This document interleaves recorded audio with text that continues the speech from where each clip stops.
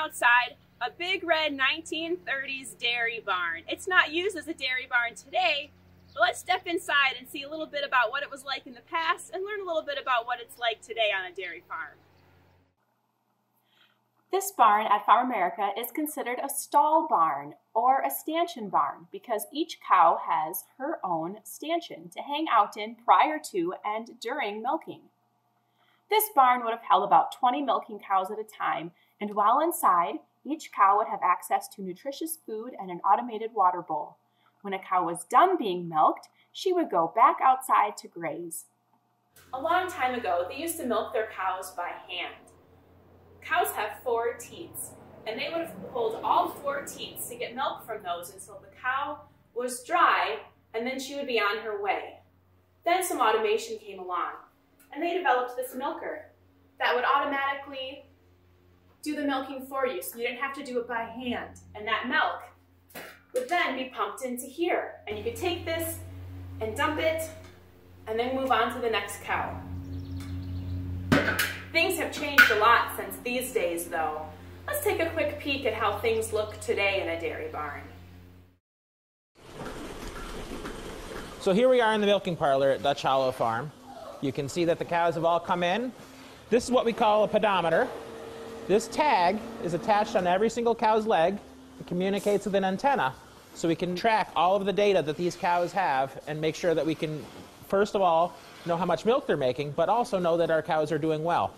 We can determine how healthy they are and whether they're feeling good just through that pedometer. So when we're milking our cows, we always wear latex or nitrile gloves because there's lots of germs that can be in the cracks and crevices on our hands. And we don't want to spread anything from one cow to the other or from ourselves. So the first thing we need to do is make sure our cow is nice and relaxed and ready to give milk. So we're going to come in here and we're just going to massage her udder a little bit and clean off any of the sawdust that she got on herself while she was laying down in her stall. We're next going to come in with a special soap. Now, believe it or not, you don't use lots of water to get a cow's teats clean. Think of this like Purell, that hand sanitizer that we all use to disinfect our hands before we eat. Water doesn't kill germs, soap does. So we put on this special soap, and it's a foam, so we can see everywhere it is. And it's orange like that because it has iodine in it, which kills germs. So after that soap's been on there for 15 or 20 seconds, we know it's done its job. And now we're going to check to make sure that the milk is nice and clean and that the cow feels well. If our cows don't feel well and they're not making good milk, we don't want to put that milk into our tank. Once she's had about a total of 60 seconds from the time I first touched her, that machine is going to be ready to go on. We use microfiber towels to clean off our cows instead of paper towels. So here we go. We're going to hit the button. Now this is just a gentle vacuum. Less than probably your vacuum cleaner at home, so it doesn't hurt the cow at all.